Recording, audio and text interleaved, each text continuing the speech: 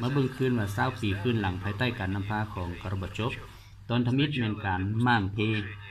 กำแพงแบกแรงและต่อมาก็ม่างเพสหภาพโซเวียต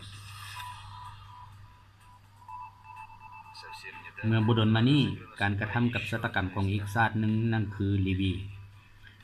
ซึ่งมันเกิดขึ้นในวันที่20เดือน10 2011ในวันนั้นผู้นำที่ถูกต้องตามกฎหมายของลีบีโมฮัมหมัดกาดาฟีได้ถูกฆ่าแบบสัตว์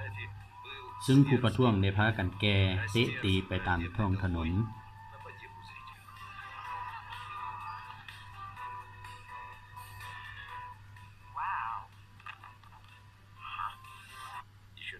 เมื่อก่อนนั้น2ปีลีบีแม่นฆ่าคู่ของรัสเซียเป็นเพื่อนคู่ร่วมเป็นพันธภาพก่อนจะเกิดสงครามรัสเซียและเป็นผู้มีบทบาทที่สุดในเขตนี้รัสเซียแม่นได้มาเยือนกาดาฟีซึ่งผู้มาเยือนแม่นปูตินระหว่าง2ประเทศได้มีการเซ็นเอกสารร่วมกันที่มีผลประโยชน์หลายอันยังเพียงเหลือแต่ภาคปฏิบัติเท่านั้น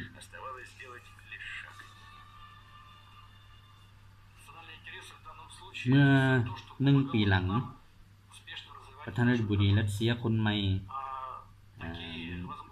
เมดเวเดฟเพียงข้ามคืนได้ขายเพื่อน1เดียวอยู่ในทวีปแอฟริกาเหนือเป้าหมายนั้นเมดเวเดฟมีหยังในใจจึงอนุญาตให้ NATO เขาทำลายความสิวิไลของลีบีได้ประเทศนั้นเป็นประเทศที่คล้ายๆรัสเซียหลายอย่างมีหยังเกิดขึ้นเป็นเพียงการทิ่มขี้ทิ่มเหนี่ยวหรือมีการวางแผนคักแน่เพื่อทำลายรัสเซียบ่หรือเป็นเกมที่มีรางวัลบ่เพียงเท่าใดอาทิตย์ก่อนหน้านี้ตะวันตกได้ประกอบอาวุธให้แก่ฝ่ายต่อต้านทั้งเงินอาวุธกำลังคนในแบบบ่ขาดระยะใกล้ๆจะฮอดการอุกหานอเมริกาก็ได้รับเอามติการต่อต้านรัฐบาลลีบีแบบเปิดแผนกับประเทศต่างๆวอชิงตันได้มอบให้รบสนับสนุนอาซีรับประกันผลประโยชน์ตนเองทางด้านแนวหลังของแอฟริกากดดันรัฐบาลลีบีอยู่ทุกๆวันมีหยังเมดเวเดฟสามารถนำเสนอให้แก่รัสเซียได้เพื่อช่วยประเทศเพื่อนมิตรและปกป้องที่ตั้งต่างๆของรัสเซียในลีบีแล้วบ่เฮ็ดหยังเลยค่อยเบิ่งว่าเราสิแก้ได้แต่นั่งเบิ่งบ่มีคำสั่งหยังบ่เฮ็ดหยังนี่คือความผิดพลาดที่สุดของผู้นำเฮาในอินเทอร์เน็ตการถ่ายทอดการเคลื่อนไหวของฝ่ายต่อต้านเหมือนว่ามีการต่อต้านแบบยิ่งใหญ่ทางด้านสปสก็เป็นครั้งทำอิฐมีมติต่อต้านเศรษฐกิจกับประเทศที่มีอธิปไตยอันครบถ้วนแบบบ่มีหลักฐานเพียงแต่เอาภาพออกทางโทรภาพมาตัดสินในที่สุดรัสเซียก็ได้ออกคำสั่งการคว่ำบาตรสนับสนุนอย่างทันที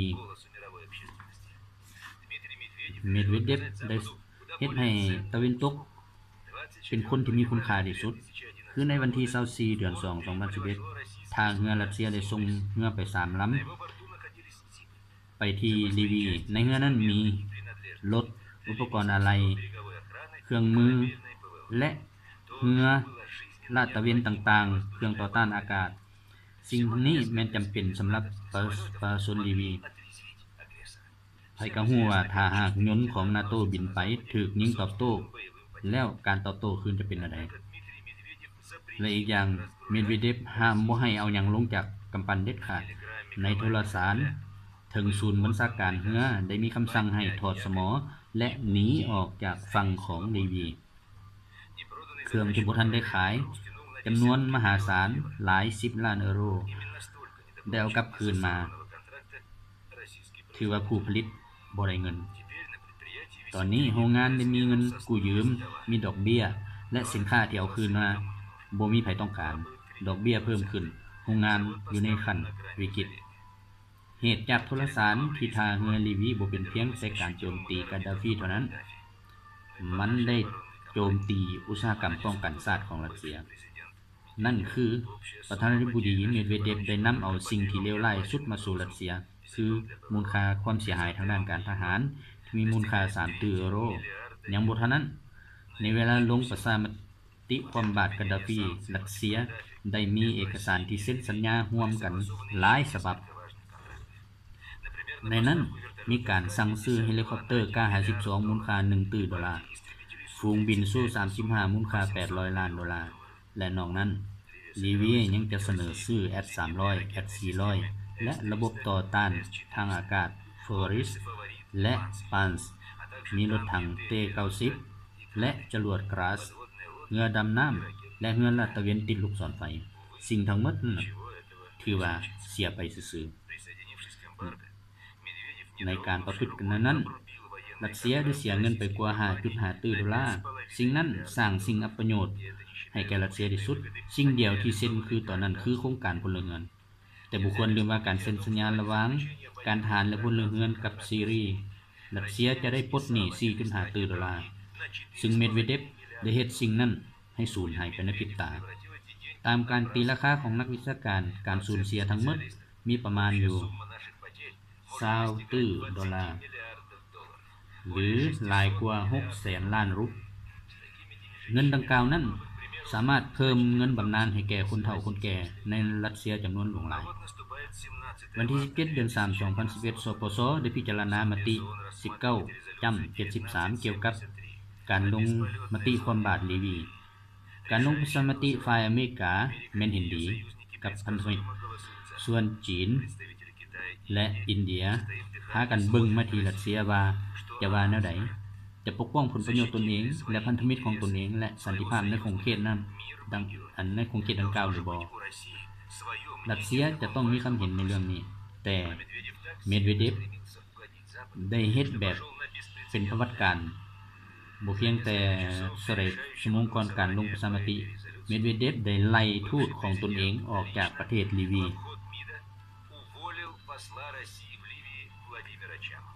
การกระทำนั้นแม่นขัดกับสัญญาของวังกำไรในเหตุการณ์ดังกล่าวเมดเวเดฟบ่เป็นเพียงแต่บ่ไล่ทูตนี้เท่านั้นแต่บ่ส่งผู้ใดไปเป็นตัวแทนอยู่ในลีวีต่อไปเมดเวเดฟได้ถูกต่อต้านจากกระทรวงการต่างประเทศเพราะเป็นการม่างสายพัวพันธุ์ที่ยาวนานมา300ปีซึ่งเริ่มแต่สมัยของเปเตอร์ที่1เสียงจมปรากฏอยู่ในกระทรวงการต่างประเทศของรัสเซียทูตที่ถูกส่งออกมาจากลีวีเขียนหนังสือหาเมดเวเดฟว่าเมดเวเดฟคือคนขายศาสตร์แน่นอนว่าสามารถใส่โทษทูตได้แต่ความเสียหายมันเกิดขึ้นแล้ว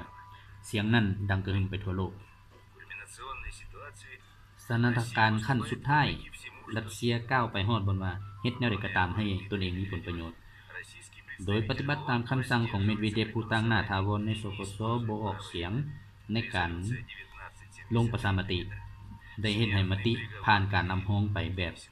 สบายและยุโรปและอเมริกาได้นำเอาผู้นำลีวีถูกโทษทางประหาร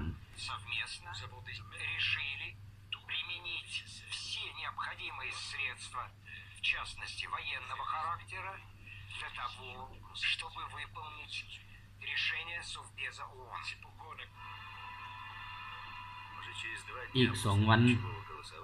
หลังจากการลงประชามตินาโตเริ่มใช้มาตรการทางทหารต่อต้านรัฐบาลลีวี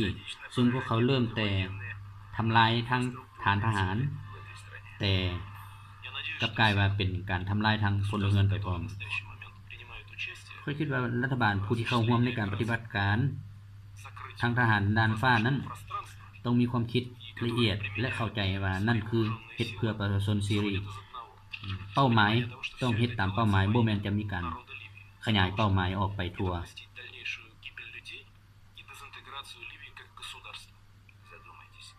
เบิ่งดูผลนะครับการทิ่มบ่มตายไป 25,000 คนหรือประมาณ 1.5% ของพลเมืองลีวีและอีก 50,000 คนนะครับบาดเจ็บโดยเฉพาะผู้เฒ่าเด็กน้อยแม่หญิงซึ่งพลเรือนที่อเมริกาประกาศเฮ็ดสงครามแบบบ่เป็นธรรมนั้นบอกเขาว่าบอกว่าพวกนั้นคือพวกที่สนับสนุนกาดาฟีการโจมตีไปทั่วแผ่นดินนั้นจะสามารถปกป้องประชาชนได้แนวใดการโจมตีนั้นจะมีแต่เพียงแต่เฮ็ดให้เพิ่มการสูญเสียของประชาชนเท่านั้นเป็นตาย้านเนาะแต่ที่ยืนของผู้นำรัสเซียตอนนั้น เป็นสิ่งที่ตรงกันข้ามกัน คือเมดเวเดฟและปูตินมีความคิดคนละแง่ที่ตรงกันข้ามกัน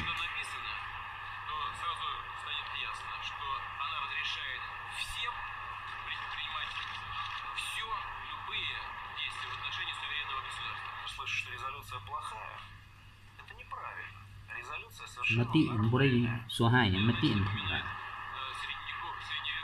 จำว่าเมื่อก่อนก็เคยมีนั่นนี่เอิ้นไผมาอยากเฮ็ดหยังก็เฮ็ดเป็นไปบ่ได้ที่จะใช้คำศัพท์แบบนั้น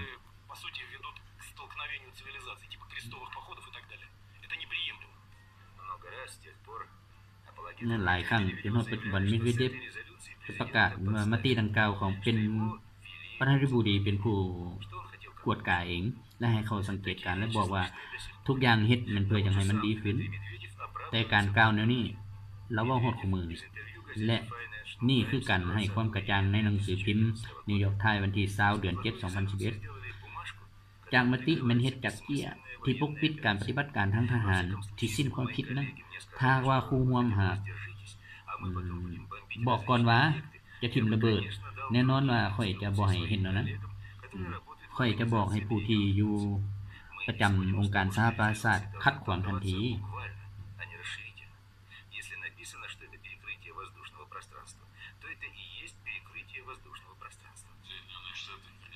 แน่นอนแล้วว่าอเมริกาเป็นคู่ร่วมที่บ่น่าเชื่อถือประธานาธิบดีอเมริกาเคยหลอกลวงมาตลอดเขามันคนหลอกลวง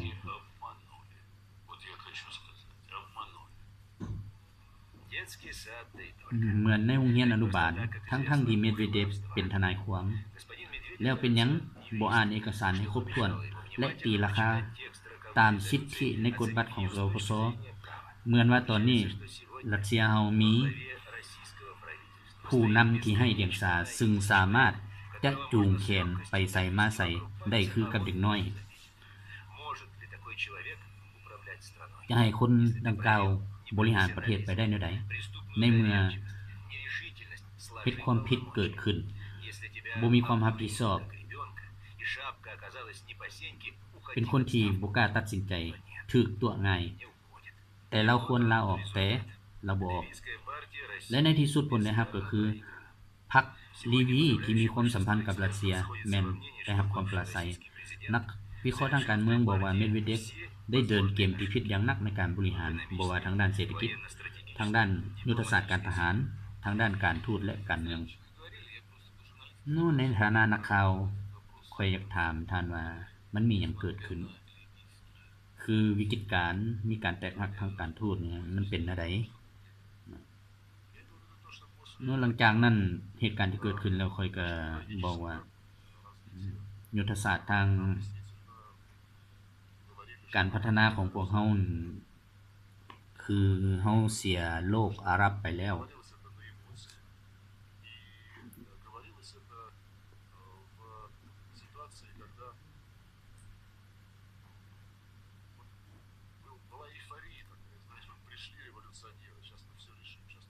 หมายว่าเรื่องดังกล่าวนั้นมันได้เกิดขึ้นแล้วแต่ว่าเฮาต้องถือเป็นบทเรียนและเคยบอกกับประธานาธิบดีแล้วว่า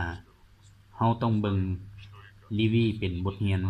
จะบ่ให้เกิดหยังขึ้นอีกในต่อไป